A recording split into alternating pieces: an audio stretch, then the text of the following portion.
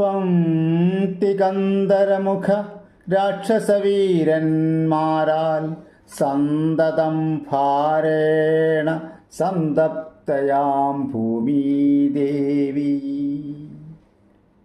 രൂപം പൂണ്ട് ദേവതാപസഗണത്തോടും സാരസാസനലോകം പ്രാപിച്ചു കരഞ്ഞേറ്റം. അപ്പോൾ ശിവൻ ഇങ്ങനെയാണ് കഥ പറയുന്നത്.